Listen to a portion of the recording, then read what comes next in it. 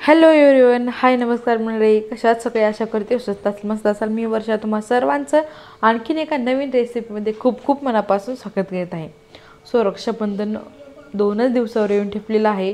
जरा म्हटलं मूगडाळीची वडीची रेसिपी तुमच्यासोबत शेअर करावी, कारण की काही ना काही आपण गोड पदार्थ बनवत असतो आपल्या भावांसाठी. रक्षाबंधन येतोय तर स्पेशल डे आपल्या बहिणींसाठी भावांसाठी असतोच. सो चला म्हटलं मूगडाळीची रेसिपीची वडी तुमच्यासोबत शेअर करावी.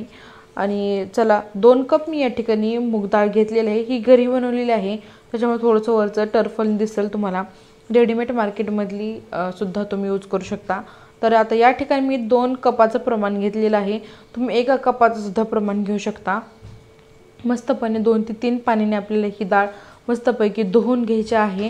किंवा तुम्ही डिरेक्टली नितळायला ठेवू शकता, किंवा मग ऊन असेल तर उन्हामध्ये थोडंसं अर्धा पाऊण तास किंवा फॅन खाली सुद्धा ही डाळ सुकवून घेऊ शकता.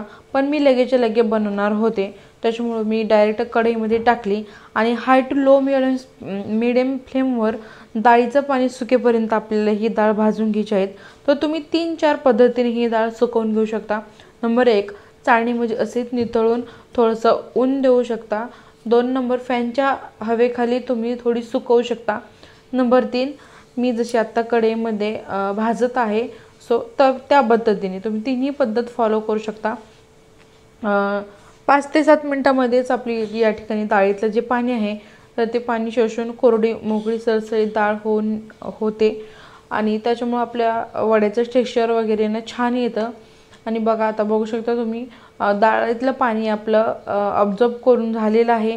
त्याच्यामुळे आता मी गॅस बंद केलेला आहे आणि थोडी मिक्सरमध्ये डाळ फिरवून घेतलेली आहे आणि चाळून घ्यायची आहे आपली, जेणेकरून समप्रमाणामध्ये रवाळ पद्धतीची आपलं जे डाळीचं पीठ आहे सो ते बनवून तयार होतं. सो पूर्ण पीठ मापलं मी. 3 कप भरलं आणि अर्धा कप जे डाळीचं वरचं मोठा भाग असतो सो ते काढून घ्यायचं आहे. तो तुम्ही वरणमध्ये ह्याच्यामध्ये यूज करू शकता. आता या ठिकाणी आपण कमीत कमी तुपामध्ये वडी बनवण्याचा प्रयत्न करणार आहोत, जेणेकरून जास्त ऑइली पण नाही होणार आणि हेल्दी पण होईल. आता या ठिकाणी जाडबुडाचं भांडं घ्यायचं आहे. मी या ठिकाणी लोखंडाची कढई घेतली आहे जाडबुडाची बघून. आता ही सगळी प्रोसेस आपल्याला लो फ्लेमवर करून घ्यायची आहे.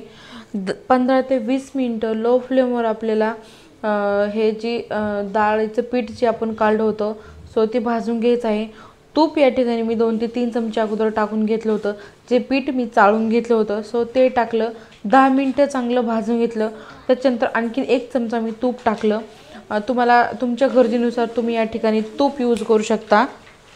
आणि आपल्याला 15 ते 20 मिनटं लो फ्लेमवर आपल्याला मस्त असं भाजून घ्यायचं आहे. जसं तुम्ही डाळीचं पीठ भाजताल ना तुपामध्ये तसा घरामध्ये डाळीचा सुगंध दरवळतो. एकदम मस्त खमंग असा वास येतो त्या तुपाचा आणि पिठाचा. आता 15-20 मिनटं आपले पीठ भाजून झालेलं आहे. मी एका साईडला ते काढून घेतलं आणि त्याच कढईमध्ये जर आता मी 2 कप डाळ घेतली होती, 3 कप पीठ झालं होतं सो तो या ठिकाणी मी 1.5 कप साखर घेतलेली आहे. आणि साखर भिजेल इतकंच आपल्याला पाणी टाकून घ्यायचं आहे. मेजरमेंट तुम्ही लक्षात ठेवा, तरच ह्याचं वड्याचं जे टेक्स्चर आहे ते एकदम मार्केटमध्ये जसं भेटतं सो तशा पद्धतीने होतं. त्याच्यामुळं 2 कप डाळीचं पीठ 3 कप होतं, ते एक्स्ट्राचं साईडला काढलेलं आपल्याला गृहीत धरायचं नाही. जेवढं पीठ आपण मेजरिंग केलं होतं सो त्याच्या अर्ध म्हणजे 1.5 कप साखर या ठिकाणी आपल्याला टाकून घ्यायची आहे. हाय फ्लेमवर मी या ठिकाणी साखर वितळून घेतलेली आहे. आणि ह्याचं जास्त गोळी येईपर्यंत आपल्याला चाचणी बनवायची नाही आणि लय पातळसुद्धा बनवायची नाही. साखर विरघळली की 2 ते 3 मिनटं आपल्याला उकळून घ्यायची चाचणी.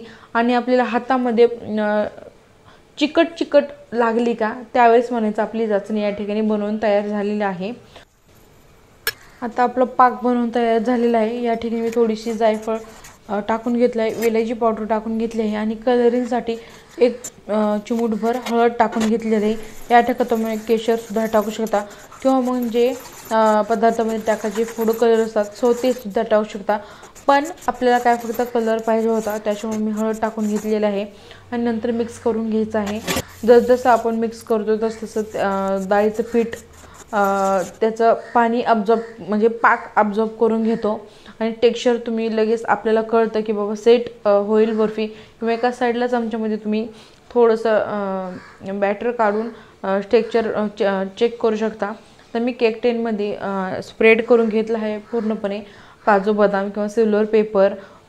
गार्निशिंग तुम्ही काही करू शकता. या ठिकाणी मी टरबूजाच्या बिया घरामध्ये अवेलेबल होता, सो त्याच्यासाठी मी गार्निशिंग करून घेतला. 7 ते 8 तास किंवा ओव्हरनाईट तुम्ही असंच सेट व्हायला ठेवून देऊ शकता. मी ओव्हरनाईट सेट व्हायला ठेवून दिलं. मस्त अशा वड्या बनवल्या त्याच्या. रक्षाबंधन स्पेशल तुम्ही ही मिठाई तुम्ही तुमच्या भावाला नक्कीच बनवा. ताट मस्तपैकी रेडी केलेलं आहे. तुपाचा दिवा, अक्षदा, तांदूळ, पानसुपारी, राखी आणि ही मिठाई. अगदी उत्तम ताट आहे. आणि तुम्हा सर्वांना रक्षाबंधनच्या खूप खूप खूप खूप साऱ्या शुभेच्छा. तुमचं बहीण भावंडाचं नातं असंच फुलू देत स्वामींच्या कृपेने. तुमच्या सर्व मनातील चांगल्या इच्छा स्वामी पूर्ण करोत हीच स्वामींचरणी प्रार्थना. आणि तुम्हा सर्वांना आणखीन एकदा हॅपी रक्षाबंधन.